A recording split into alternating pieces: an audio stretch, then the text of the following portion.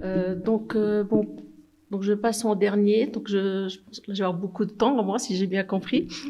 Donc je vais vous parler donc de la variante comportementale de la DFT. Je l'ai aussi laissé en anglais, comme Monsieur Alaoui.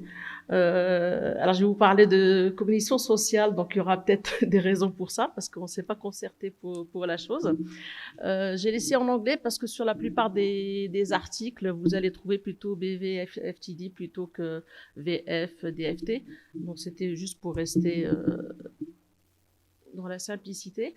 Alors je vais rapidement passer sur des anciens critères diagnostiques, etc.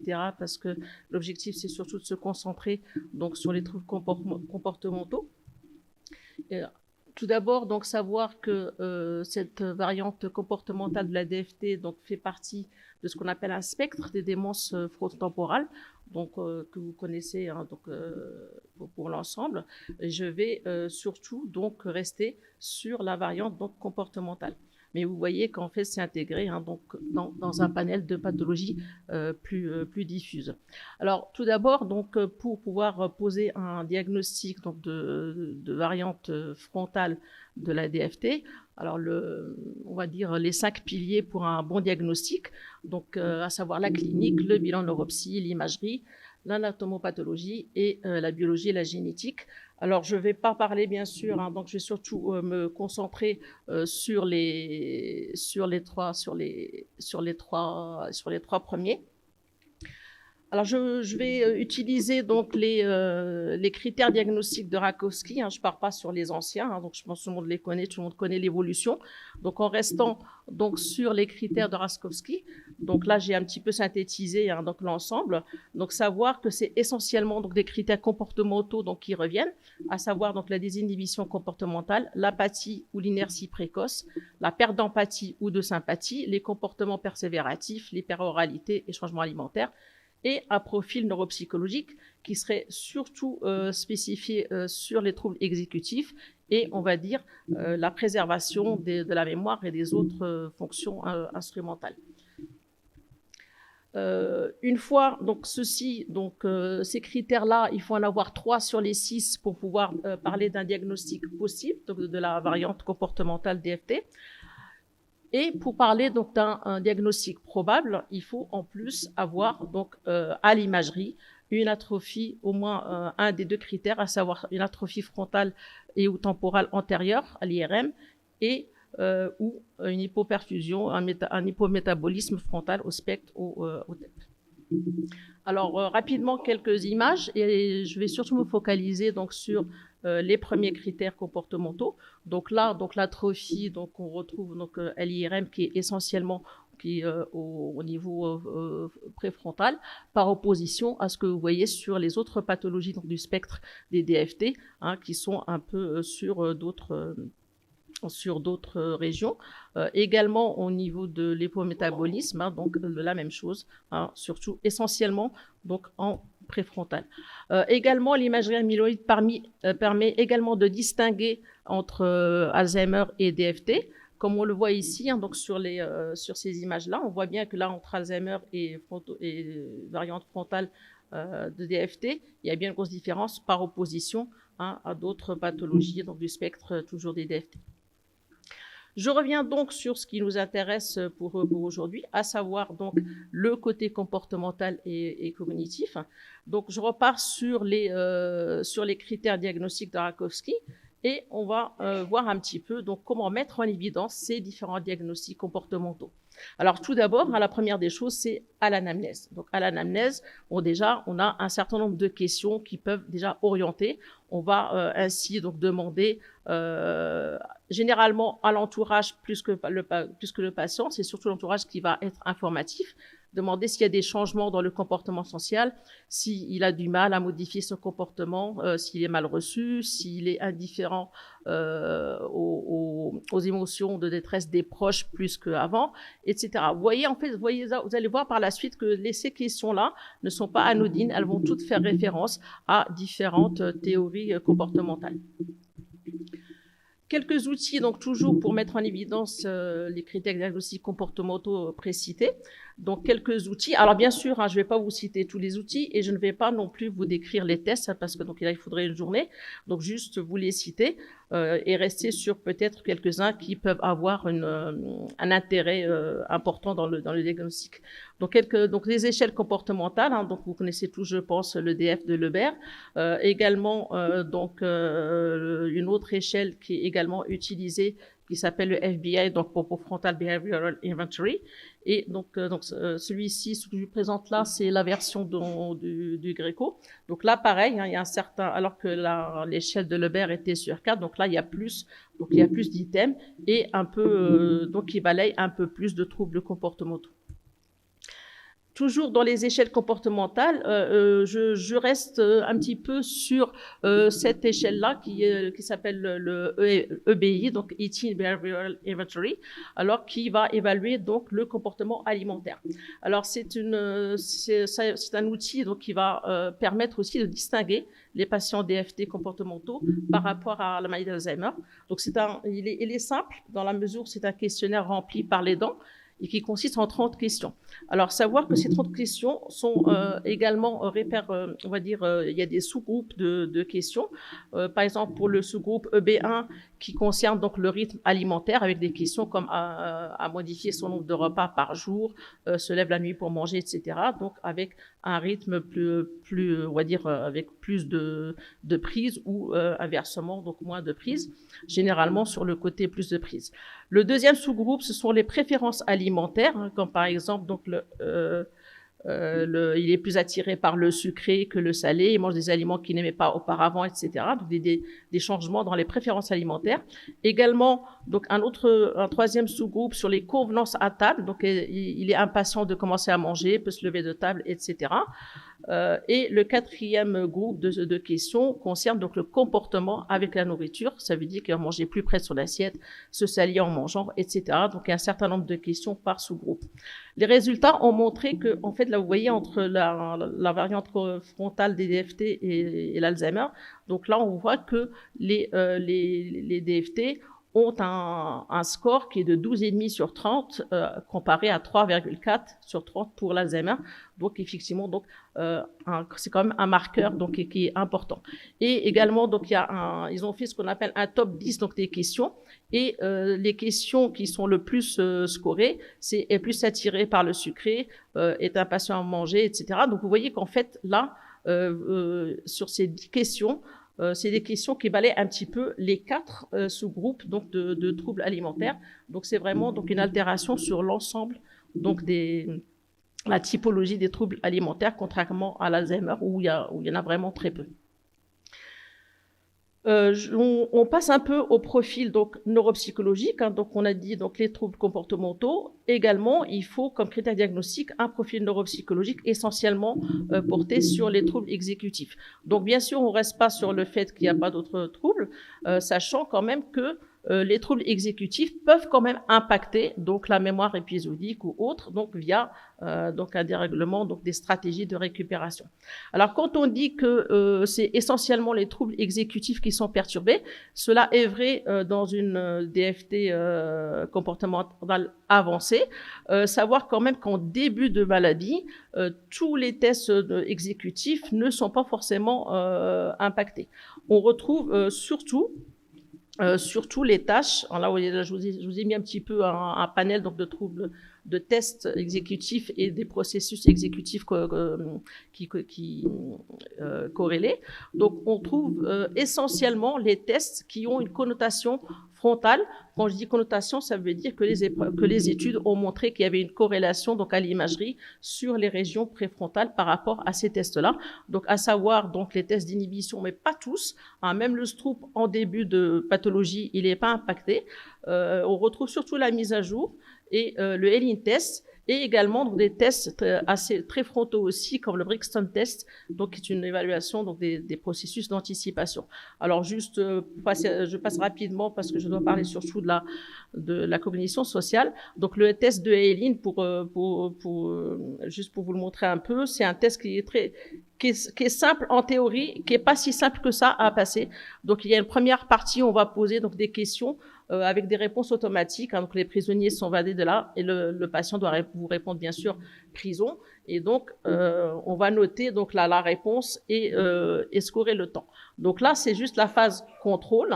Et donc automatique. La phase de test, c'est celle-ci. Donc là, pareil, on pose également des questions avec une réponse à la fin, sauf que là, le patient ne doit surtout pas donner la réponse attendue. Ça veut dire qu'il doit mettre en place des mécanismes d'inhibition importants. Et donc là, ça va nous permettre donc de voir ses capacités d'inhibition. Et c'est un test donc qui est très corrélé à l'imagerie sur les régions préfrontales. Alors, autre épreuves qui sont pas des épreuves, on va dire, de tests exécutifs à proprement parler, mais l'affluence verbale, donc surtout la littérale, donc ce qu'on appelle l'affluence formelle, met en œuvre des stratégies actives de recherche en mémoire et donc également des mécanismes d'inhibition des réponses non pertinentes et donc est corrélé également à la région préfrontale. Donc c'est aussi une épreuve qui peut être impactée. Alors, mais donc surtout, ce sont les épreuves, ce qu'on appelle les épreuves de prise de décision. Alors, je vous explique pas le test de Gamblin, c'est juste pour le citer, mais vous allez le retrouver beaucoup dans la littérature. Je vais vous parler surtout de cette épreuve-là, juste pour faire le lien avec la cognition sociale par la suite. Donc là, c'est un test, c'était une épreuve donc de décision. On demandait aux gens donc de faire un choix entre une réponse A et une réponse B, c'est-à-dire de choisir dans une situation où on a un nombre de patients et de dire bon, est-ce que si on vous dit que une survie certaine un tiers des patients vont survivre dans la condition A, et dans la condition B, il y a une probabilité d'un tiers que le groupe complet des patients survivra et la probabilité de 2 tiers que personne ne survivra. Alors, on demande aux personnes, donc, quel est votre choix? Est-ce que c'est A ou est-ce que c'est B? Alors, ici, donc, vous voyez que cette consigne, elle est présentée selon le nombre de survivants.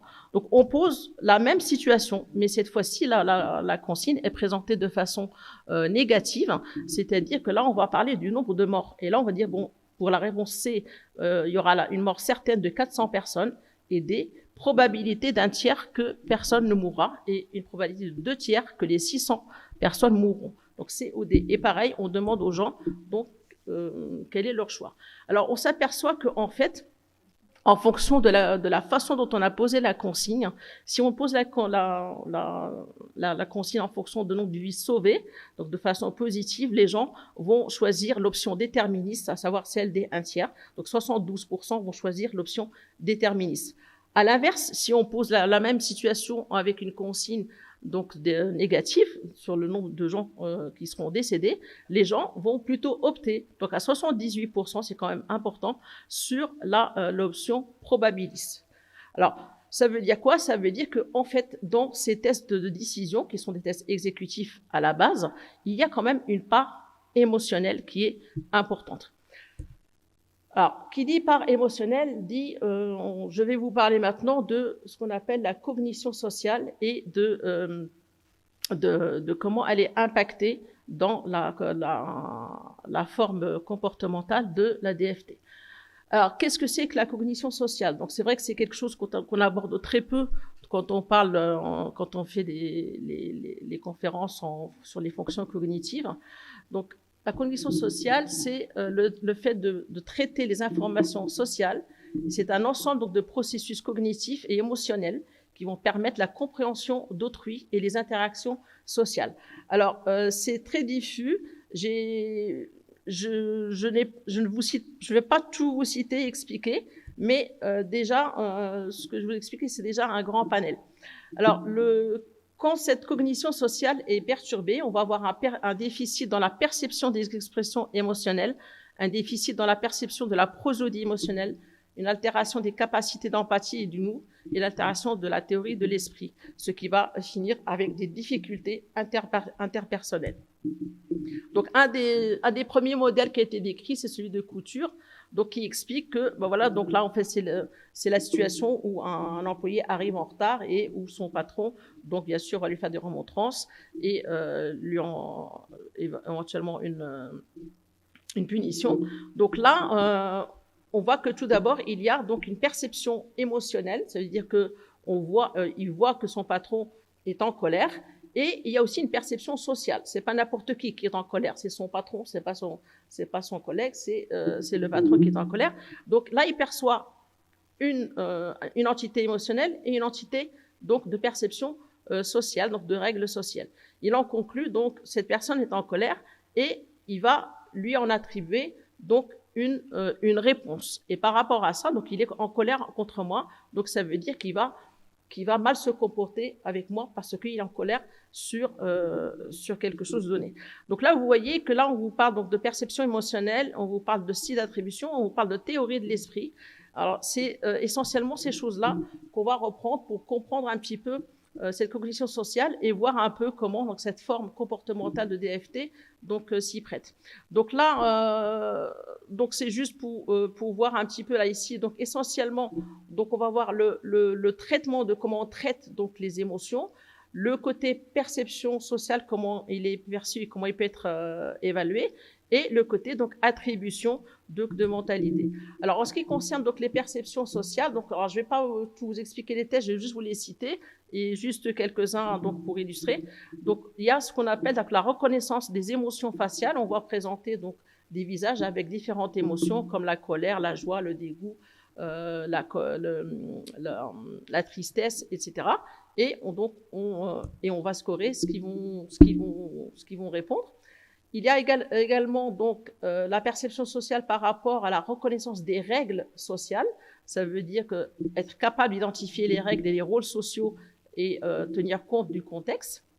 Donc pareil, là c'est une autre. Là je vous les passe comme ça, vous aurez les noms pour ceux qui sont intéressés. Donc en ce qui concerne l'identification des émotions faciales, donc dans la DFT, on va avoir une altération donc spécifique pour les émotions faciales essentiellement négatives, donc tout ce qui est colère, dégoût, peur, etc. Et moins pour tout ce qui est joie, tout ce qui est plus joyeux. Alors pour passer au Maroc, enfin pour l'instant, j'ai beaucoup de réponses. Sur la surprise. Donc, je ne sais pas s'il y a un biais culturel, mais il y a quelque chose de ce côté-là. Alors, par contre, dans la maladie d'Alzheimer, les patients n'ont pas de difficultés sur ces épreuves-là. Alors, pourquoi les émotions faciales impactées? Si on voit donc cette schématisation, donc les réseaux neuronaux, on voit que pour traiter les émotions faciales, en fait, on a un petit peu les mêmes réseaux, les mêmes circuits qui sont altérés ou qui sont lésés dans la démence frontotemporale comportementale. Je passe à la théorie de l'esprit, donc il y a un autre volet donc de la cognition sociale. Qu'est-ce que c'est que la théorie de l'esprit? Alors, la théorie de l'esprit, c'est l'habileté à percevoir et comprendre l'état mental des autres et de se rendre compte qu'ils sont différents de soi-même.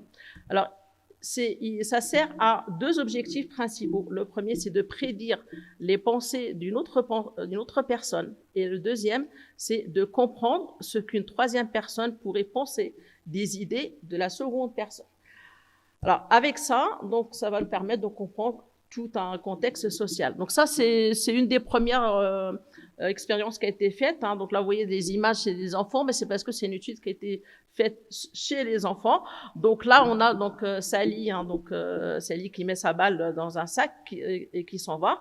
Et Anne va donc bouger cette balle dans la boîte, dans l'autre carton.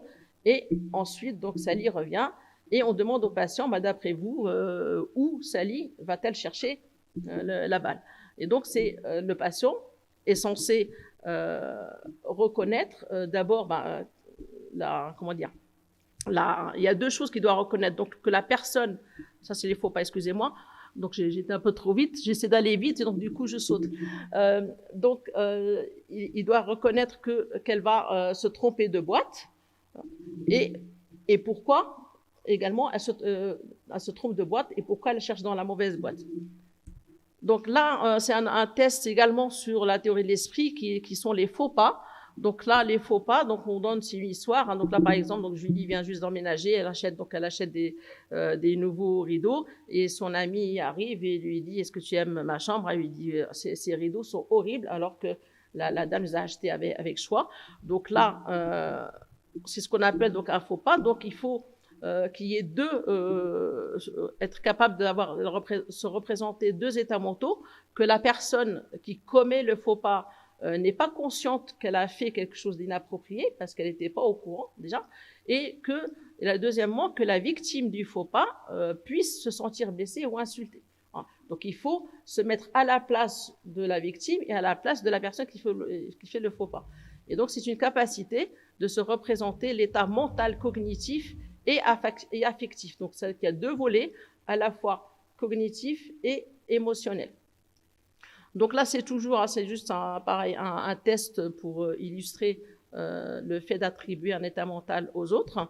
En ce qui concerne donc les réseaux neuronaux, donc on voit que là, il y a une participation donc d'un ensemble donc de régions qui sont le cortex préfrontal donc médian, le précunius, le cortex singulaire postérieur, la jonction temporopariétale et le sillon supérieur temporal.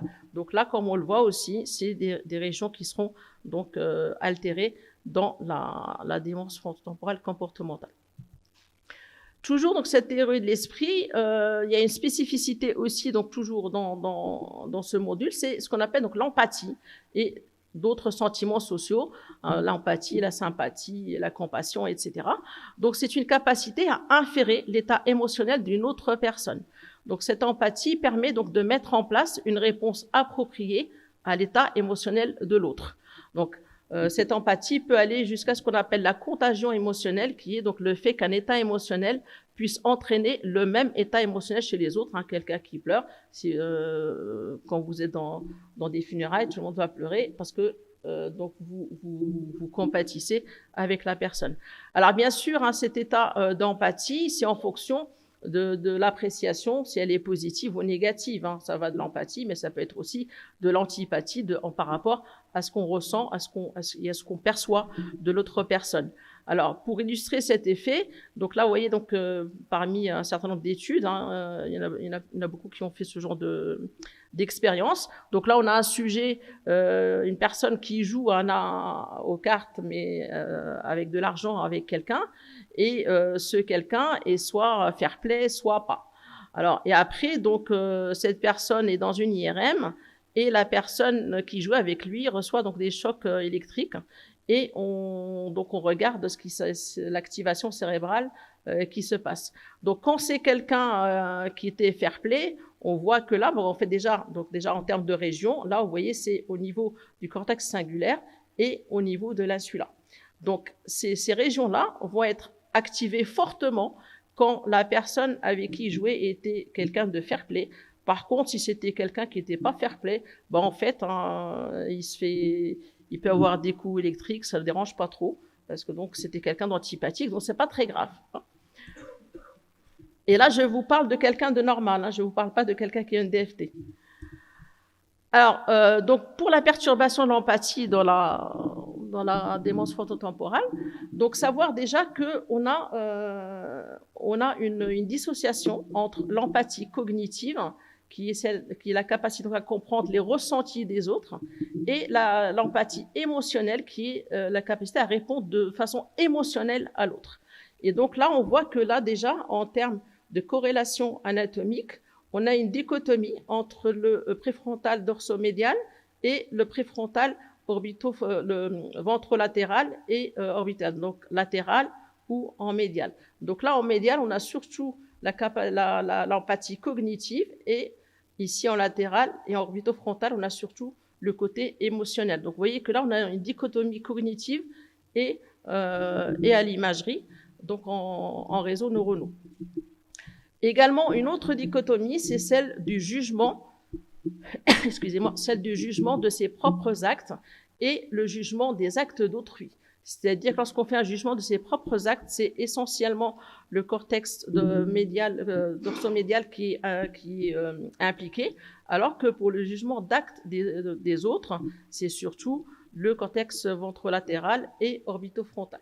Donc vous voyez qu'on a également cette dichotomie. Alors pourquoi citer toutes ces dichotomies? C'est parce que par rapport à l'évaluation, on va pouvoir mettre des profils donc différents et faire correspondre donc une corrélation à la fois anatomoclinique et en perturbation. Donc là, on le voit sur cette étude. Donc pour ceux que ça intéresse, il y a c'est un petit peu une mine d'or sur la cognition sociale. C'est un livre qui fait à peu près 600 pages.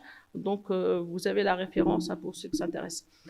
Donc là, on le voit là ici donc en imagerie, donc la participation à la fois donc sur l'index cognitif et l'index donc émotionnel que vous voyez sur cette imagerie.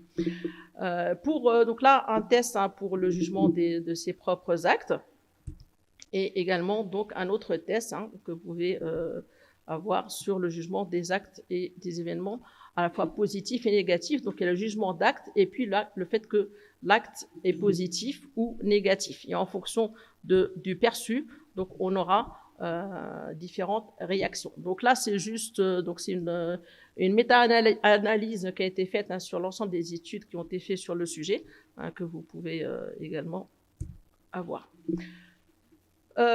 En ce qui concerne donc cette cognition sociale, donc on va avoir la perturbation de différentes aptitudes dans la variante comportementale de DFT, à savoir une perte profonde de l'empathie, un problème au niveau de la théorie de l'esprit, plus prononcé pour les aspects affectifs que cognitifs, une connaissance des règles sociales qui est là, mais moins sensible à des violations des règles. Ça veut dire qu'ils sont conscients des règles sociales, mais ça ne les dérange pas trop de les entraver. Donc un problème de reconnaissance également des émotions, surtout pour tout ce qui est négatif. Alors je vous parle un peu du projet EcoCapture, qui est un projet donc qui est un petit peu fait de façon, comment dire, écologique. C'est pour ça qu'il y a le mot éco.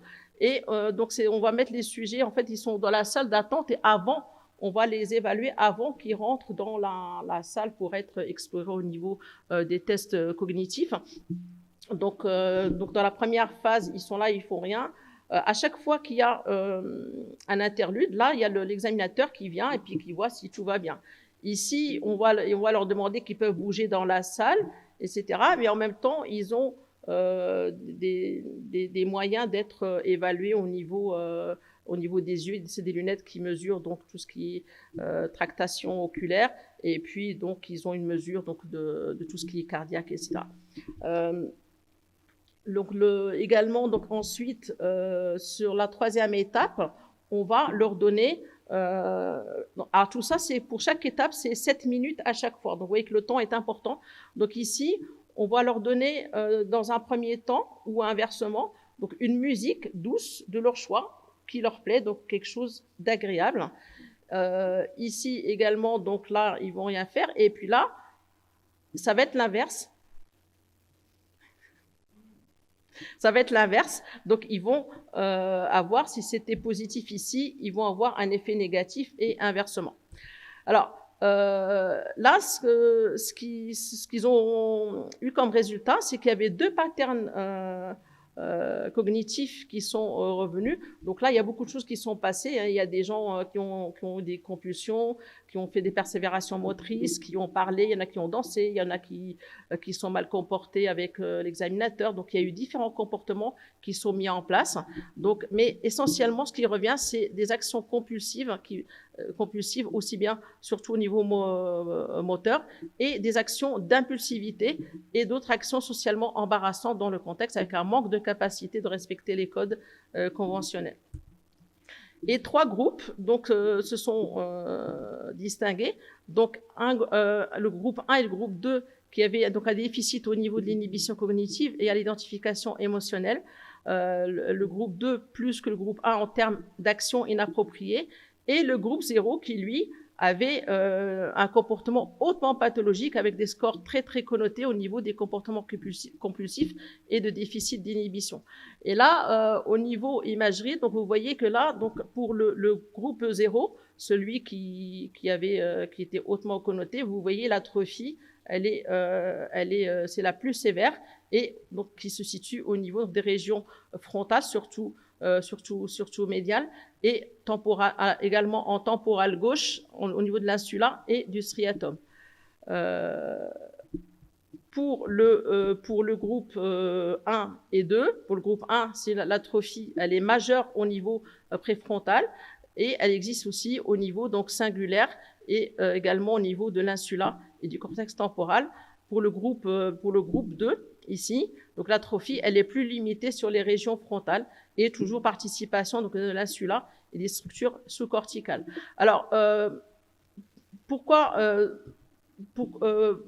vous parlez de cette étude? Parce que ça a permis de mettre en évidence donc, des sous-groupes déjà dans la variante comportementale qu'on peut évaluer à la fois avec donc, les épreuves donc, de cognition sociale et corrélées donc, à l'imagerie. Alors, juste un petit point pour quand même faire la distinction avec les troubles psychiatriques. Donc l'intérêt de l'évaluation de cognition sociale, donc déjà, ça permet de mettre différents profils au niveau de la forme comportementale DFT, mais également de permettre un diagnostic différentiel entre DFT et troubles psychiatriques primaires. Donc là, sur ces études-là, vous pouvez voir, il y a eu des distinctions donc significatives, que ça soit sur les comment on appelle ça, les faux pas ou sur les fonctions exécutives ou sur les émotions faciales. Donc, alors pourquoi distinguer, pourquoi faire le diagnostic différentiel? Bon, comme vous le savez, la DFT, c'est la démence où il y a le plus de troubles, comme vous le voyez ici, donc comportemental, et également, en troubles comportementaux, mais également avec des régions communes en ce qui concerne donc l'atrophie, en ce qui concerne donc la DFT et les troubles bipolaires. Je passe. Et donc, pour la conclusion, donc, juste pour dire qu'une évaluation spécifique détaillée des troubles du comportement permet un diagnostic précoce de la forme comportementale DFT, que les troubles de la mémoire et les autres fonctions cognitives instrumentales ne sont pas impactés, ne sont pas sensibles, et les processus exécutifs sont discriminants, mais plutôt tardivement, quand au début, c'est essentiellement certains tests spécifiques, pas tous les tests exécutifs. Et donc cette place privilégiée pour l'évaluation de la cognition sociale qui permet d'abord un diagnostic spécifique, qui permet donc un diagnostic différentiel par rapport à l'Alzheimer et les autres pathologies du spectre de DFT, et également de permettre un diagnostic différentiel avec les troubles psychiatriques. Et je vous remercie et désolé pour le temps.